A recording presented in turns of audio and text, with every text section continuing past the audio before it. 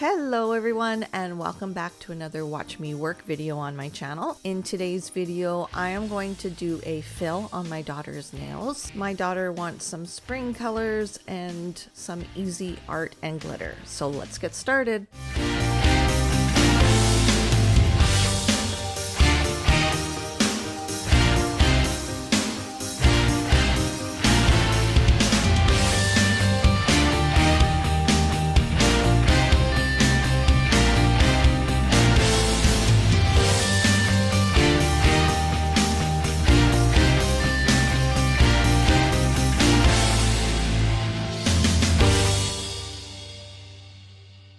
Okay, so the first thing I'm going to do is take off these Swarovski crystals. Now, I apply Swarovski crystals with Ugly Duckling's Stick It, and she actually only lost 2, and she came back because she broke a nail, so I fixed that as well. But she's very hard on her hands. She's got twin boys, so she's always cleaning, always wiping noses, always doing mom stuff, so it wasn't surprising that she broke a nail and lost a couple of crystals. And then once I get the crystals removed, I will go in with the cuticle pusher and just push the proximal nail fold back to start my prep work.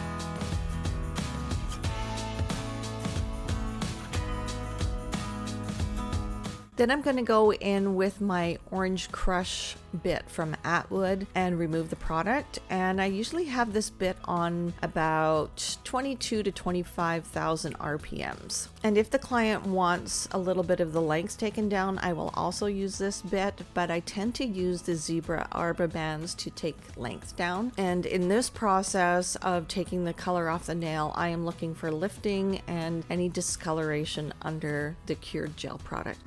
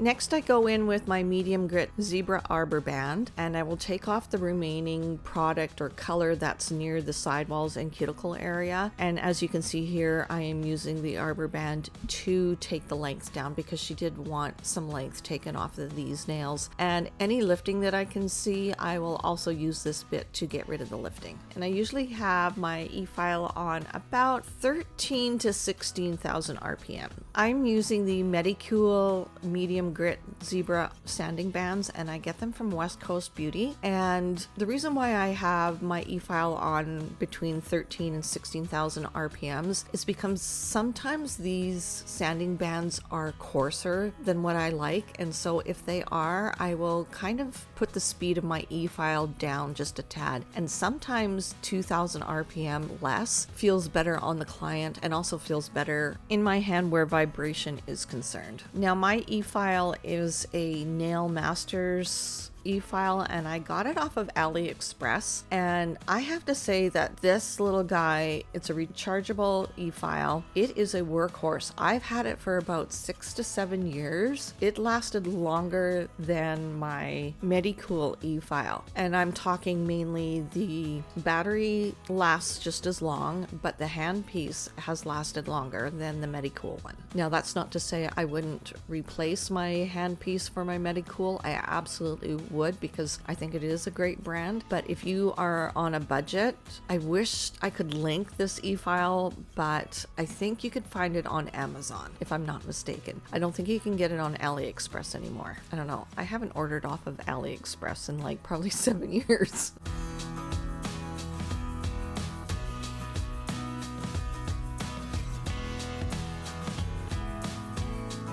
Next, I will go in with my cuticle bit, and this is the Atwood. I think it's called the Texas Tornado Cuticle bit. So you can only use it one way. You can't put your e-file in reverse and use this bit. And I use this just to kind of lift up the proximal nail fold a little bit, and it also exfoliates the cuticle off the nail plate itself. And I usually have this bit on at about 9,000 RPMs. If it's getting a little bit dull, I might put it up to 10 or 11,000 RPMs. But if I have to increase the RPMs because it's not as sharp as brand new, then I know it's time to replace my bit, and I will use this bit for cleaning the underside of the nail, and also if by chance I mess up and I get color gel or top coat that has cured onto the cuticle or sidewall, I will use this bit that's dull to remove it. So here I have the Unicorn Diamond bit by Erica's ATA, and I have my e-file on at about 10,000 RPM. 9,000 RPM I will set my e-file to if it's a brand new bit. I have the e-file in reverse, and all I'm doing is exfoliating the proximal nail fold, and if there's any hangnails that are seen because of this process, then I will use another bit to gently exfoliate those. But my daughter was pretty good at using cuticle oil in the last 3 weeks, so we only had to replace I think 2 nails just because her natural nails started pulling away from the product, and it was time to take all of the product off and start from scratch. So here all I'm doing is shaping the nail to a more tapered square,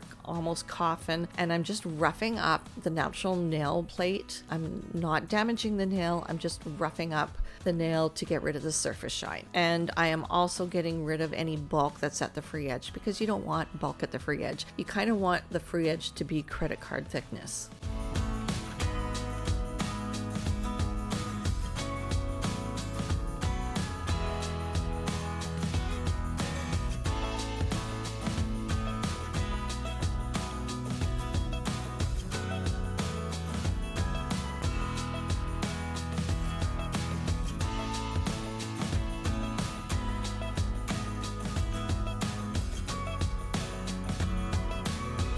After I wipe all the dust off and cleanse the nails with alcohol, I will go in with my INM O.N.L Primer, and then I will, after it dries, I will go in with, what am I using here? I'm using the Silicone Thin Base by Magic Gel, and I'm scrubbing it into the natural nail and just kind of putting it over the product itself. You don't need to do this, but I don't know why I do that. It's kind of a waste of product. I think I need to be a little bit more careful in that area.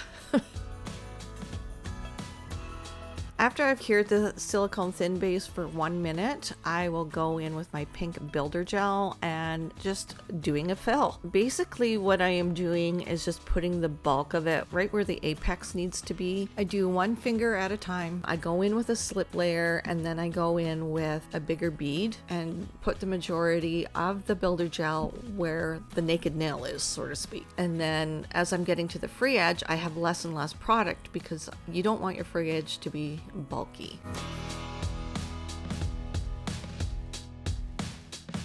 And then with the liner brush, I'm just moving the gel around so I have very minimal filing to do.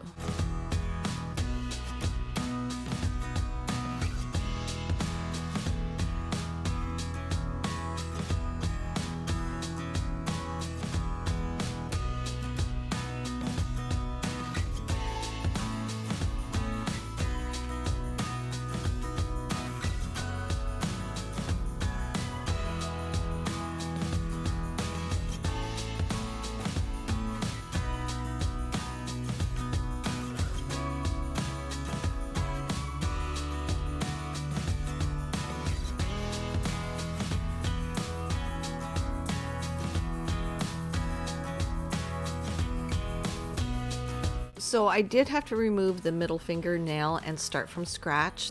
I find that the Fuzion forms work really well on most shapes of nails, and with my daughter I don't have to do any form customization, so I thought I would show this part to you. Usually I don't, and I just sort of skip to the more interesting part, but this might interest some of you just to see how I apply a new nail. So what I am doing is just putting a thin layer down and trying to make the shape as perfect as possible. Obviously you can't make it 100% perfect. Then I will cure it for about 15 seconds and then pinch and then go in for a full cure. So after everything is cured, I did do my finish filing off camera just because it is quicker that way, and I could spend more time explaining to you kind of the design that we're going for. The nails have been cleansed and I'm going in with Magic's Universal White paint gel and just putting it a bit on the brush on the tip of the nail and then spreading that gel out with a sponge. Then I will cure it, work on the next hand, and do the same process. And I will do this about 2 or 3 times just to build up the intensity of the color. Now I'm not too worried about how perfect the ombre is because we are going in with a glitter, and at this point I do have quite a bit of white on the sponge itself, so I don't really need to use the brush to apply white to the nail. And then each layer I am curing for 30 seconds in between. I couldn't believe how fast this part of the service was going. I have not really done an ombre using a sponge on a client before, and my daughter's always my guinea pig to try out a new technique, and I thought I would try this technique using the sponge on her, and it went so quickly. It was so effortless. The ombre was almost perfect, and I struggle with ombre if I'm using an ombre brush, but I think what I found that helped was a very pigmented gel color, whether it's a gel polish or a hard gel or a gel paint. In this video I'm using 189 Victorian trim for the purple color. So the reason that I do this technique about 2 or 3 times is because the sponge does soak up some of the color. That's why having a very pigmented color is key. Or what you can do is use acrylic after the first layer before you cure it, then cure after you sprinkle acrylic over top, and then go in with your second layer, and then the sponge doesn't soak up the color as much as it does doing 2 or 3 layers. I hope that makes sense.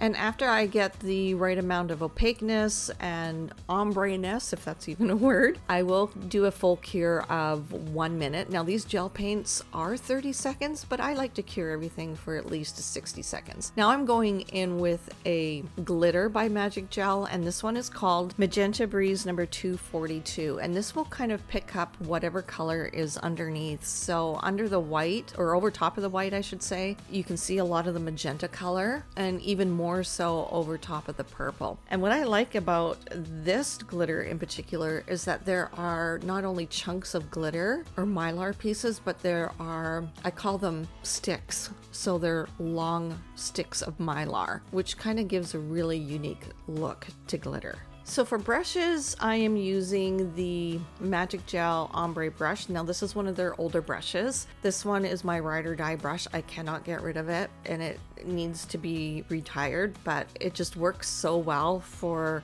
these types of designs. And then I will spread the glitter out with my Detailer 2 brush from Ugly Duckling.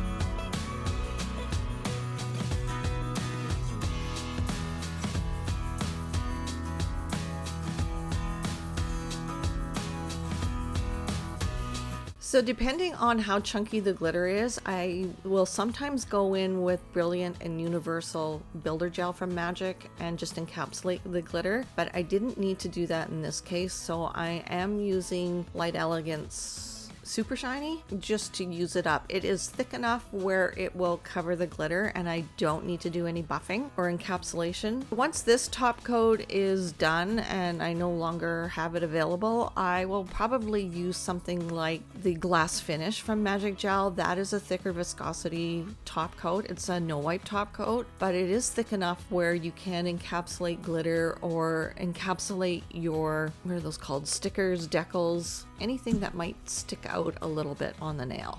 A thicker viscosity will cover up any lumps or bumps and give you a nice smooth finish.